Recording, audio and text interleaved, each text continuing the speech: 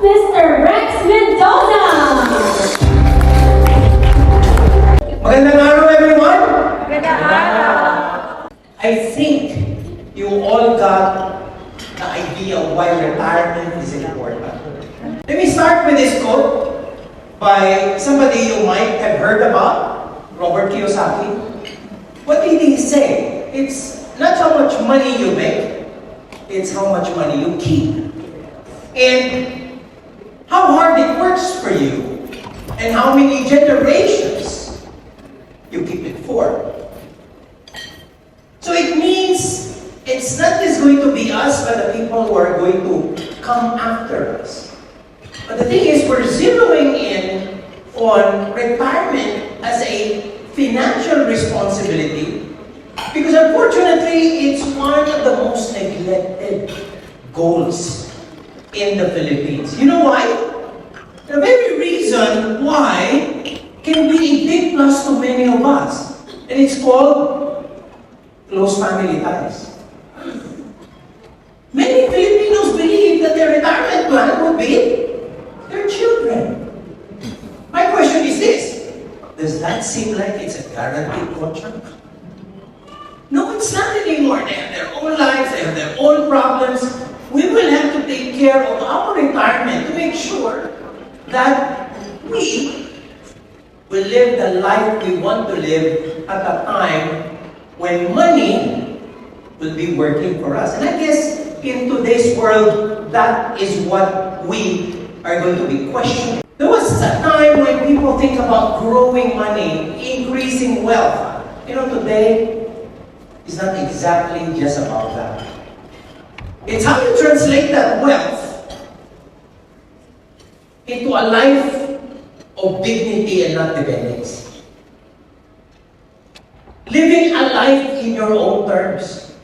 The problem is, we're living in a VUCA world, and what do we define as a VUCA world? Volatile, uncertain, complex, and ambiguous. Back in the day, so sorry for this, I think I'm one of the oldest in the room anyway. I think I have the credibility for that. Back in the day, yung mga tinatawag na black swan, it happens once in a blue moon. Today, the black swans are more than the white swans. Nag-o-overlap pa nga. Hindi pa tapos yung gera sa Russia, may bago na naman. Right? Akala ko nga may gera sa Middle East eh. Sa Pasay pala, meron din. Mas nauna pa yung puntukan doon. Diba? Oh. So all of these taken together, diba? People are now worried. How many of you are worried about your investments? Patients worried about your investments. Be honest. Worried. Yes. Because today, volatility is an issue. Volatility is an issue. The question that we now basically and worriedly ask ourselves is this: what if my money stops working before I stop needing it? What if my money stops working before I stop needing it? You know, volatility is not a luxury. We will now have to deal with it because sometimes, and I see some young people in the room and they're lucky, right? Sometimes, when you make a mistake and you're young, time will have a way of forgiving you. Unfortunately, people who are close to retirement do not have that kind of generous time. Time is not generous to you anymore. And the volatility that can probably be 20%, and I can tell you, it's more today than before. The volatility of 20% can actually spell the difference between stability, dreams fulfilled, a lifestyle maintained, and as I've said, independence over a life of dignity. We will have to see this through in a world where we see this on a daily basis. The headlines change all the time. What do we have against volatility? What do we match up with it? Vision. What's your vision about this retirement? We're going to be very, very practical in our discussion today because, again, as I've said, I have advised a lot of people, families, who practically build wealth, but they didn't understand. Wealth and stability are different. Ambition and retirement are different. There are people who are wealthy but are not ready. Agree? Wealthy but are not ready. May tita kayong ganun. Yung tita nyo ganun, gadang ka na dito sa lupa. Pero walang pera. Let's be honest. They are so wealthy but they're not liquid.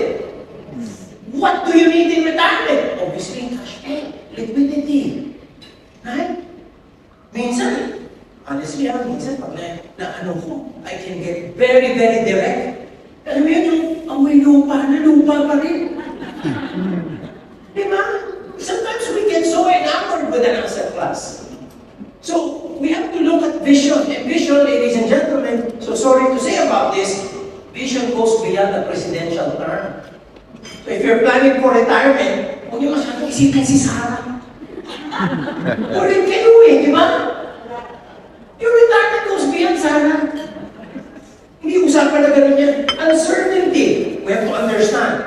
Most of the things I'm going to be sharing with you today would be a summary of researches, analysis of the great investment houses that we have in this country today. We're also going to be talking about clarity versus complexity and agility versus ambiguity.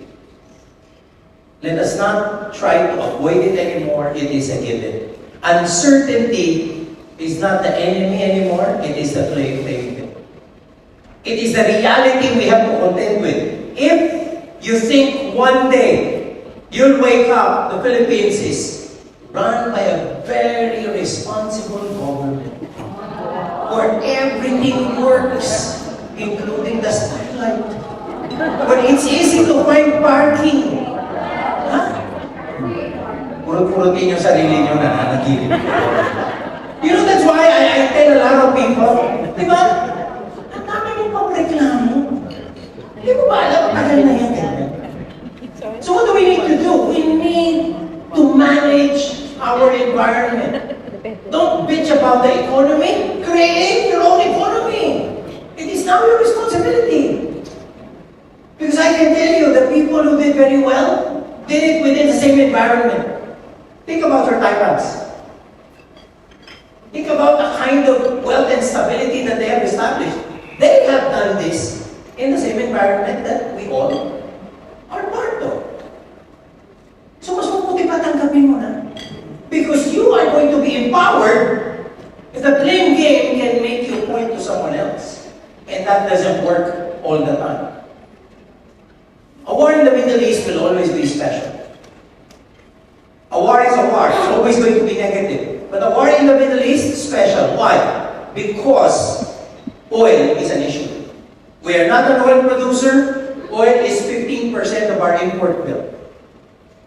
20 to 25%, up to a quarter of our food is imported. So, costs will always go up as a function of time. OFW remittances, not a concern based on the research of the last 40 years, but this will dip into their savings. We were about to recover. We are in a recovery mode. Unfortunately, this hit us. Inflation, almost close to 8.7. Remember that number. As today, the inflation is, anyone who knows? 7.2. 7.2. So malapit na. Right? The last time we were in bad times in terms of consumer spending was when it hit 8.7. Government public infra spending, the recovery can be delayed. And why? Because we're cleaning up. Nabisto yung corruption. It's always a cycle, right? Na police, nabisto din. So, nakakapano ba? Right? we're cleaning up, things slow down. Remember the first 2 years of Pinoy? Nothing happened. Why? Because we're cleaning up. In the Philippines, it is a cycle. What you're cleaning up, it stalls, and then it cranks again. So we'll have to wait a little bit because we're cleaning up. But the worst part about that is we have a fiscal deficit already. And we're increasing that because we're borrowing for all the ayuda, AIX-TUPA that the government's doing. So in a situation like this, again, dire straits. It's unfortunate because if we compare ourselves to our ASEAN neighbors, look at Vietnam, 38. This is 2025, before the war. Singapore is such a big economy. That's almost 28%. And we're minus 7.3. Look at how things would have shown up. This is the analyst report coming from Atram. Atram is one of the top investment fund management companies in the country. I just want to show you this, not to discombobulate you with numbers, but I just want you to see the way things change and how a war in about a week or two will push an economy to the brink. Start of this year, they were expecting GDP to be about 5.4. The worst case was 5.2. 5.4 down to 4.8 for 2026. That was the view. Inflation is going to end at 2.2. The dollar average, 59. Year-end exchange rate, 60. And the interest rate will be at 3.75. You know, as early as now, wala na to. In fact, the first 2 weeks after the war, they changed it already. You don't see the 5 anymore, it became 4.2. And your inflation rate has been hiked to 4, with the exchange rate at an average of 60.25 and a year end at 61. Today, we traded at 61.75 already. So think about your investments, think about your money, and how you're going to retire given scenarios like this. As I've said, volatility is a killer. And I'm so sure it becomes even more of a killer because of the timing issue regarding retirement. Let me share with you a very, very close mentor of mine and a very, very good friend.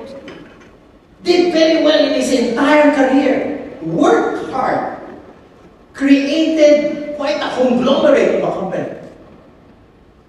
Unfortunately, nag-retire siya 2008. You know what happened in 2008, right? What happened? The world financial crisis precipitated by the US subprime crisis. You see stocks.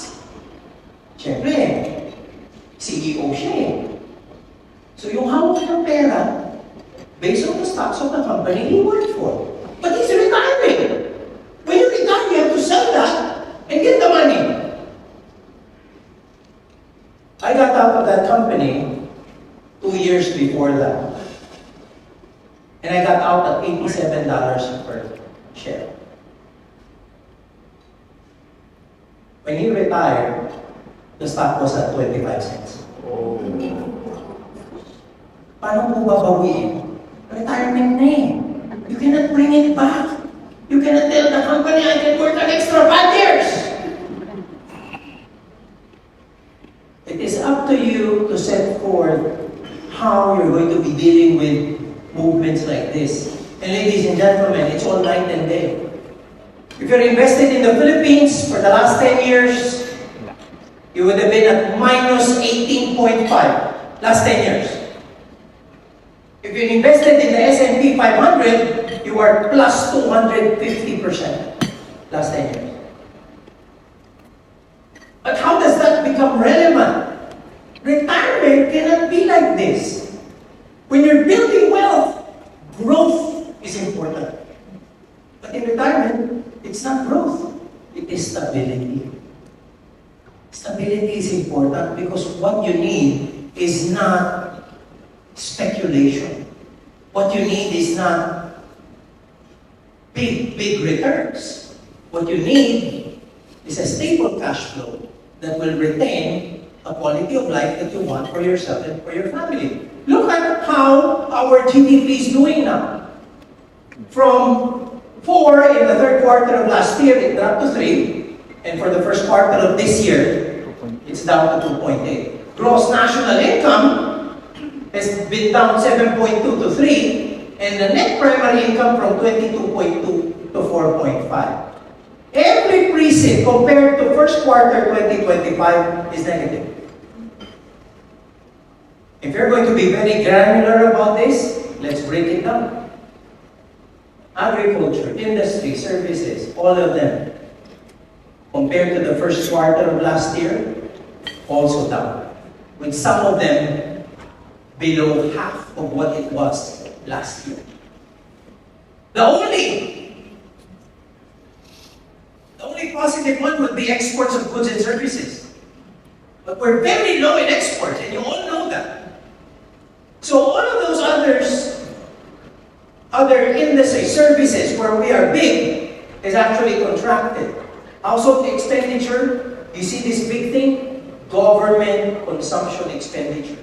From 18.7 last year to about 4.8. If you know contractors in the provinces, they will tell you they have stopped some of their projects. You know why? Because the government is not paying. If the government is not paying, they wouldn't want to finance their projects because they're going to be losing money to financing costs. So this, in the backdrop of, as you told me earlier, inflation. The worst part though, is the inflation is worse outside Metro Manila than in Metro Manila. Outside Metro Manila, it's 7.7. In Metro Manila, it's 5.5. See, can you just imagine if you put your money in a basket of securities that acts with the market? Your cash flow will always be as volatile as your returns. You have to recheck this because again, look at the culprits. The culprits for the alcoholic beverages, transport, housing, water, electricity, gas, and other fuels. The very basic of our factor inputs for daily life accounts for 84+% of the increase in terms of that inflation trend. And there are subjectives. 50% of Filipinos think they're poorer than last year. We're the 7th most vulnerable country in the world when it comes to extreme weather conditions, and the public outcry is born out of our losses of 119 billion. This was a few months ago. Do you know what the count is now on the flood control loss? It's now over 800 billion. Okay? Ang sama ng loob ng mga, di ba, yung paano nagbago? And you know why? Kasi kapabayad nyo lang ng tax last month. Di ba? Mas nasakit, no? Di ba? Nag-contribute ka dun sa 800 billion na yun. But you see, this is the hard fact. Life's goals must be achieved regardless of the realities of our financial environment. You cannot make the environment as an excuse for not being able to prepare or ably prepare for your retirement. You have to do something about that, and that's the reason why we're bringing forth strategic investing. And what is strategic investing? It's goals-focused. Goals-focused. The problem with many Filipinos investing is because they're focused on making more money. Making more money. And how does that happen? You put it in vehicles, instruments that will net you more. Not knowing that there are more important matching metrics like time frame and objectives. And most importantly, risk appetite. So kailangan mapagaya mo yan. It has to be continuous and consistent. responsibility and accountability. We have to know how to allocate and diversify. You cannot say, I put money in the bank and this money is going to take care of everything. Hindi pwede eh. Because there has to be a matching between needs and instruments. There has to be sustainability on top of it. So let's go through these three. Asset allocation is investing in different instruments. Again, very importantly, you build a portfolio that balances risk based on an investor's tolerance, time horizon, and objectives.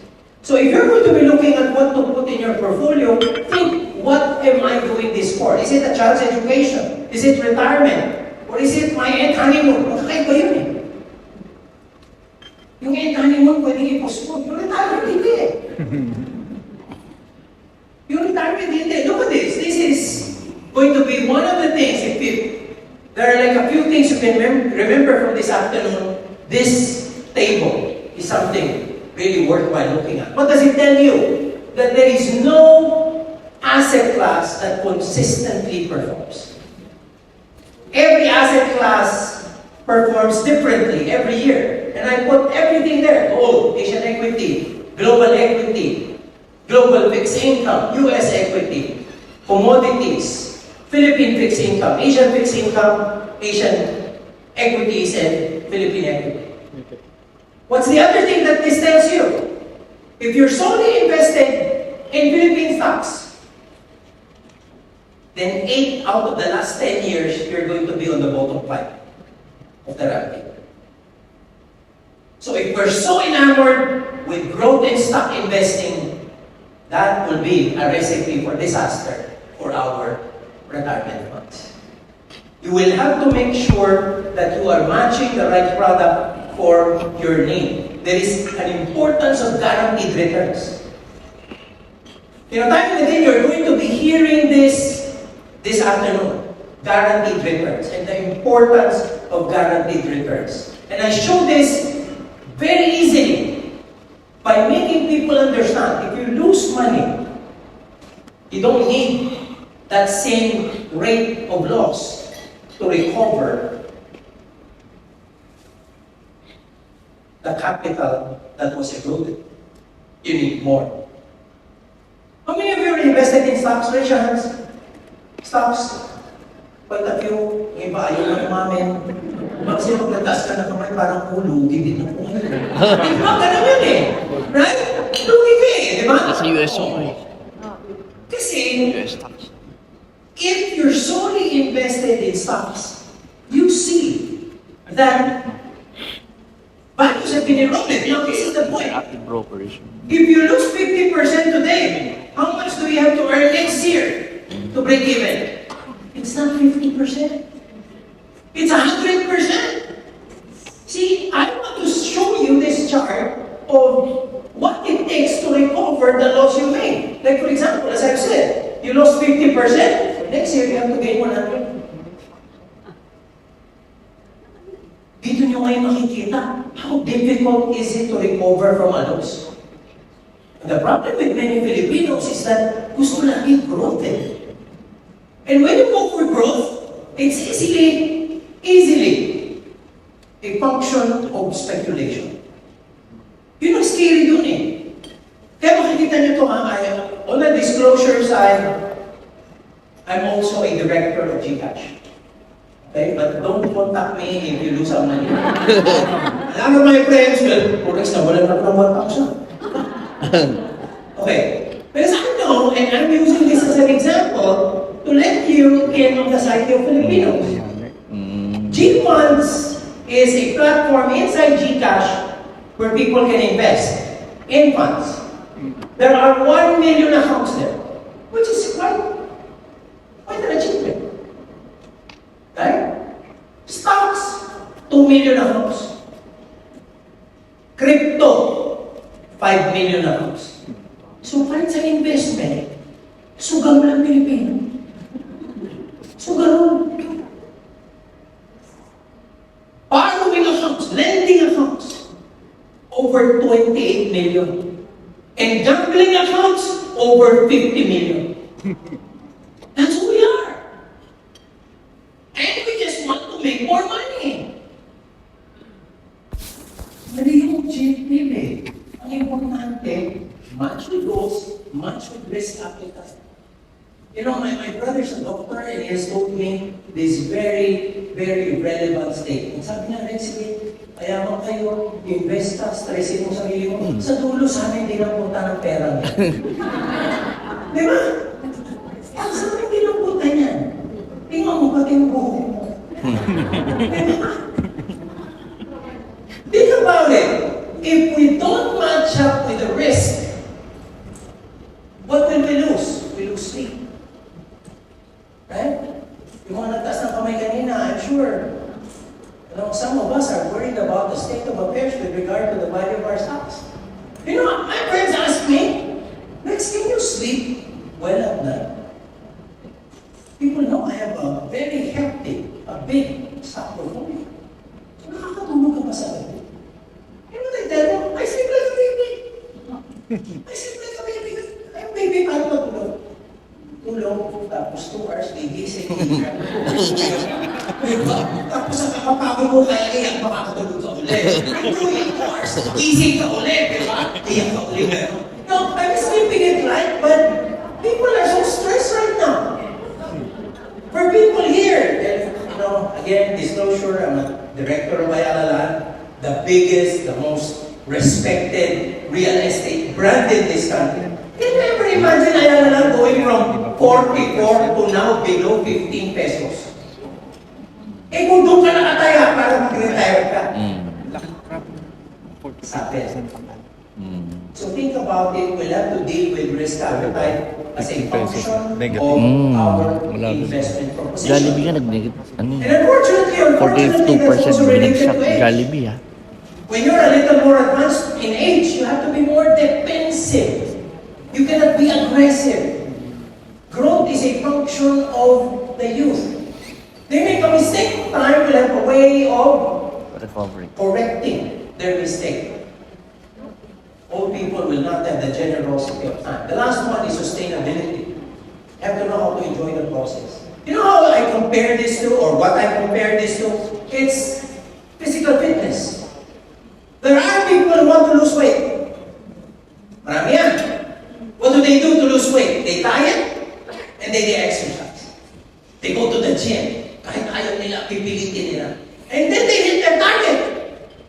What happens afterwards? You reward yourself. Diba? And when you reward yourself, in about 3 weeks, makakakit ulit. Right? That's exactly the way it is with investments and financial planning. You have to enjoy the process. Because if you're doing it as a sacrifice, ano mangyayari? You're going to pull back. You won't continue. And that's the reason why I tell a lot of people, create intermediate goals. Enjoy your life. Travel is important to you. Travel. Put it part of your goals and aspirations. That's the reason why you're invited here by your financial advisor. Kasi it's not all about, focus on retirement. Eh, paano pag natibo ka na next week? Di ba? What will we put in your lapida? Here lies someone who wants to be happy tomorrow. Hindi pwede. You have to enjoy this whole process. Because if you're enjoying it, you're following through with it. Right? If you want travel, if you want, ladies, if you're holding the right bag, you feel differently. Huwag ka masyado makonsensya na. Ay, paano yung retirement ko? Bumili ako ng bag. No! Planuhin natin yan pareho. You don't have to make big choices in your life. If you're disciplined enough, John, you can nakikinig ka ba? actually have both. And when you enjoy it, all the more you will do it. All the more you will do it. Ang problema ng marami, I've listened to a lot of financial influencers, and usually they use coffee as an example, di ba? Yung mga umiinom ng kape dyan, di ba? Di ba? 200 pesos a cup, 2 cups per day, 5 cups a week, 52 weeks a year. At 10%, million yan in 30 years.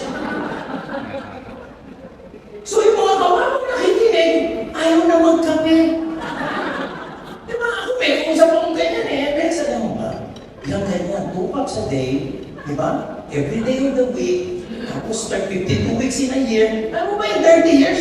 Magkakaperari ka. Ano ka talaga? Ikaw, umiinom ka ng kape? Hindi. Asan Ferrari mo? Wala. We sometimes also miss out on what moves the needle. We become very myopic with our views. Ginawa yun ng financial planner, ginawa yun ng financial advisor to come up with a metaphor. Don't take it literally. And that's why I want to say, if it counts for you, then do it. There are people who like to have caffeine in the morning. There are people who like their coffee. And it perks them up for the whole day. So if it's important to you, then ka ka. Isipin mo, ay, sayang to. May million ito eh. Tapos buong umaga nanginginig ka dahil ako ka. Wala ka. Think, what moves the needle? It's not that. You have to know what matters to you, what makes you happy. And your family, always a function of family. Whatever makes you happy, sometimes is connected to what makes your family happy. Plan for that as well. Tell your financial advisor, gusto ko may bayan din ako. Gusto ko meron din ako konting luhong ganito. It's fine. And sorry to say this, guys, some of you are my friends who are financial advisors. Pinoy ang kausap nyo. Alam niyo yung Pinoy, pag sinabi mong save, lumilitan tayo niya. Save, nawawala yun eh. Diba? Pero pag sinabi mong spend, wow! Diba? Kaya mas gusto nilang kausap ko, couturier. Diba? Shopping consultant. Diba? Gusto nilang kausap, pag financial advisor, pag may problema na, tatawagan ka. Diba? So, think about it. Let us also operate and work on their dreams. Let us make sure we're part and parcel of those dreams. We will have to act so that we become conduits of the fulfillment of their dreams. Let me focus on retirement as this is the real goal that we're actually highlighting today. This is very important. Retirement will only be wonderful. It will be only awesome if you have two things. Much to live on and much to live for. If there is nothing to live for, you will have a short life. Long life is a function of the purpose and the meaning that you take on that retirement sector of your lifetime. Eventually, if there is much to live for, you will get to ask yourself, is there much to live on to? Because you will need to fuel that retirement. So I ask people, it's not about money. It's not about simply time. When people think retirement, it's an age, 60, 65. Wrong. Retirement is a time of capability. In fact, you can retire if you're 50, if you have the capability. Right? Like let's say, if you can sit down with your in-life advisor and tell her, you know what I like is to have 250,000 a month. If he does that for you, she does that for you, and tells you, oh, ito yung set aside nating premium, we will guarantee you 250,000 a month on your retirement. Wala nang ifs and buts yun. Kahit anong gawin mo, dadating yun. So you will work if you want to, but you can actually not work if you don't want. Many people in the Philippines work at the time when they don't have the capability of working because they need to. Point of no return? See, I've done these talks for places like PLDT, big companies like Shell. You know what their research shows? 3 years after retirement, same people, employees, managers, they're looking for jobs. Unfortunately, out of 2/3 of those who are looking for jobs, they're jobless. People don't accept them because of the age that they have. Do you have a well-prepared retirement plan? What is a well-prepared retirement plan? First of all, you need to visualize your retirement life in detail. As I've said, cost, expense is a function of what you want. Dito pa lang sa unang tanong, magkakatanong na tayo where will I live? where to live will dictate the kind of funding you need at your retirement. Think about it. I want to live in Batangas, countryside. Iba yung expense doon. I want to retire there. I want to be in a farm. I want to grow plants and vegetables. Iba yung gastos mo doon. May isang tao na gusto niya, oh, I want to retire in BGC. Diba? Para pagbaba ko, may dinner ako at ito by Chef Tolentino. O, iba lang pagka-retirement mo, no? Diba? Baka isang araw pa lang, wala ka ng dito. What will I be doing? How is to pursue? And I can tell you, retirement is a great time to pursue the things you were able to do when you were working. Retirement is a great time to do the stuff that you miss out on because you're raising a family. Ano nakakatuwa eh? I was in Dubai, and there was this 78-year-old woman na nag-skydive. Why?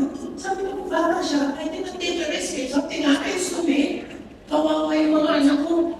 Ngayon, yung mga anak ko, malalaki na. They have good lives. I have great apostle. I cannot jump. If anything happens to me, so be it. It's emancipation as well. Very clearly.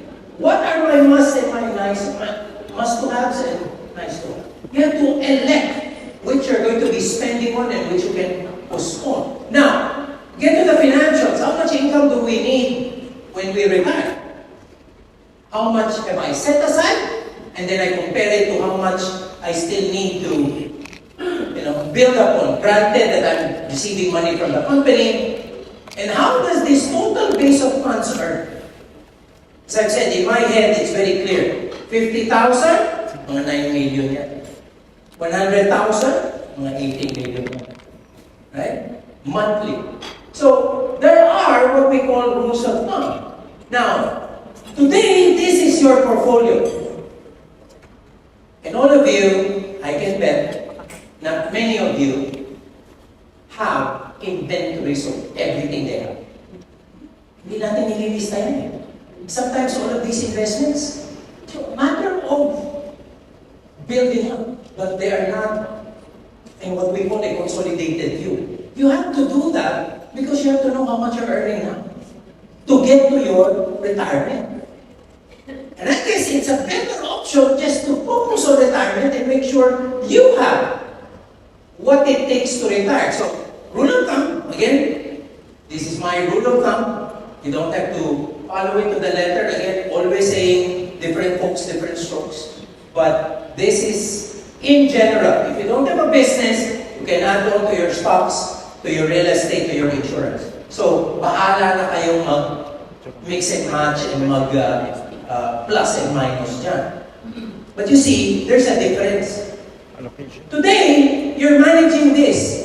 At retirement, the more important thing is not how much this is. The important thing is how much the stipend is.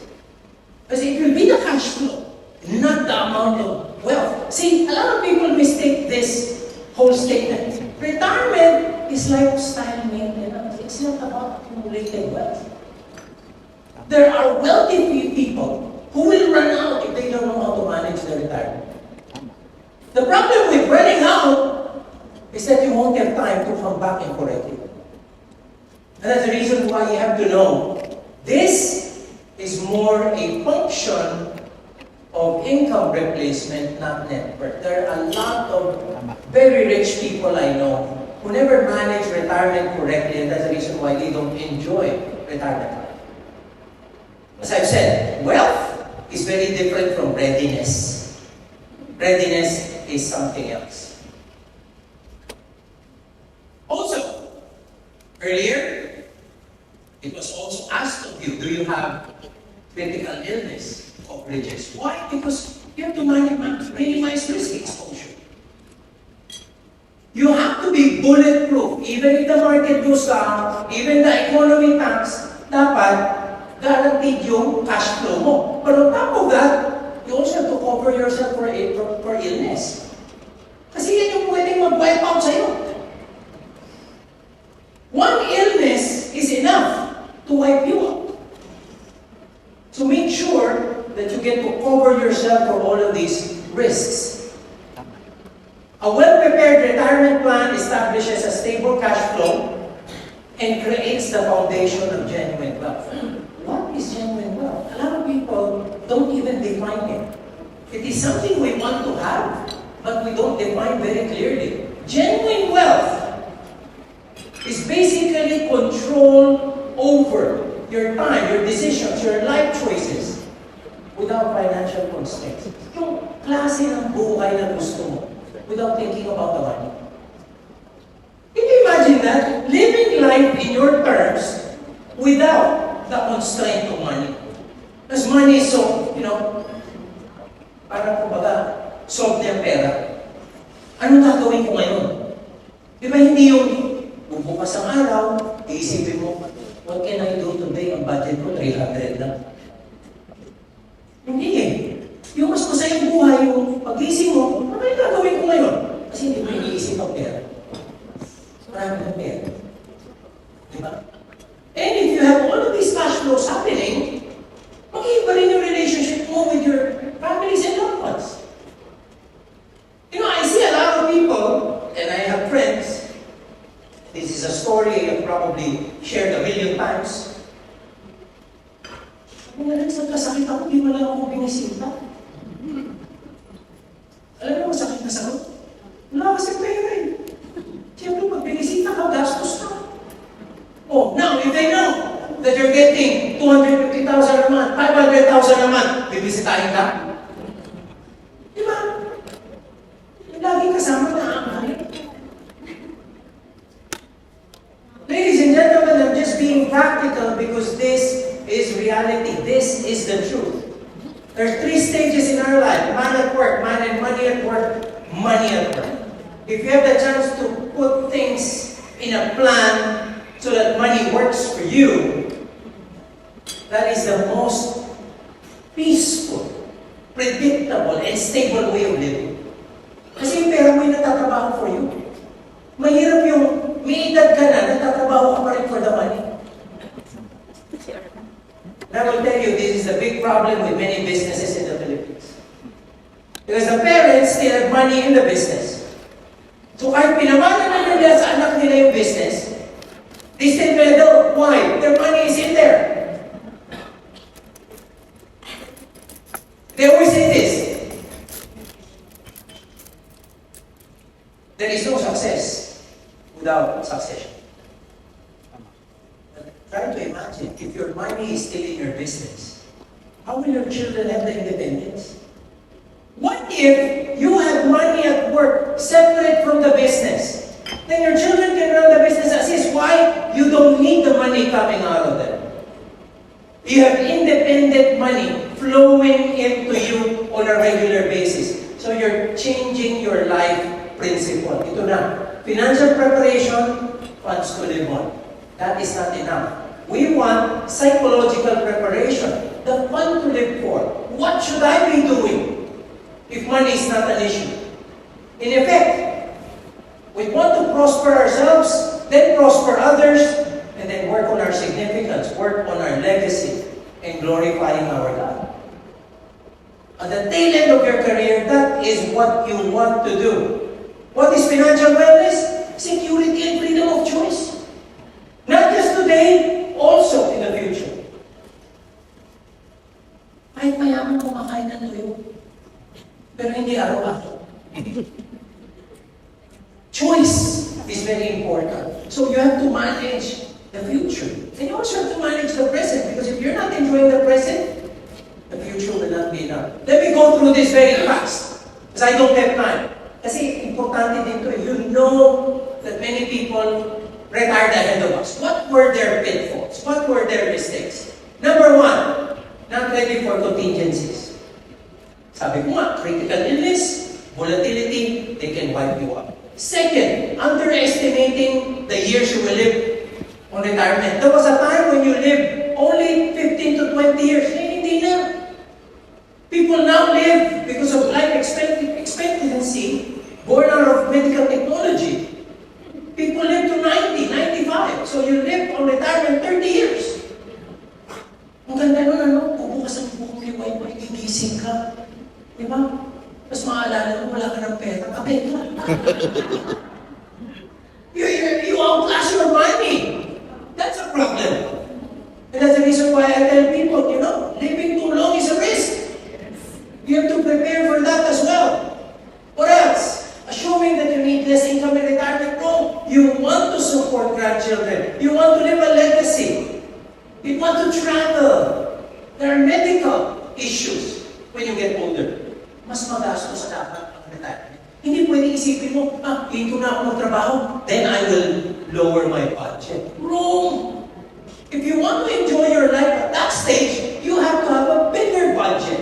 Right? Expecting that you can get a job. I told you earlier, 2/3 of those who want to work, only 1/3 have jobs. Then managing a portfolio strategy that is directly influenced by media headlines. They're swimming in the volatility. No, you have to have stability and live a life you deserve. Now, I'll tell you, history repeats itself endlessly for people who never learn. Every 10 years we have a crisis. Every 10 years. But the crisis will not go and match the people who are special in your lives. All through the years, the same people that you love are the guys you put in a pedestal and you live for. Right? So no matter what happens in crisis and amidst the volatility, you take care of yourself and you also take care of the people who matter to you. As if you're going to be grounded in their happiness, and that's going to be the way to live. That's going to be a way where you will not be looking for inspiration and motivation. You will have it every day. And if money is not an issue, then you're going to be a lot happier. Thank you so much for your time. I hope this something will get interest. Maraming salamat po. Good afternoon again to all of you. Maraming salamat, Mr. Rex Mendoza, ladies and gentlemen. Always very thought-provoking. Wonderful. Mapapag-isip ka talaga eh.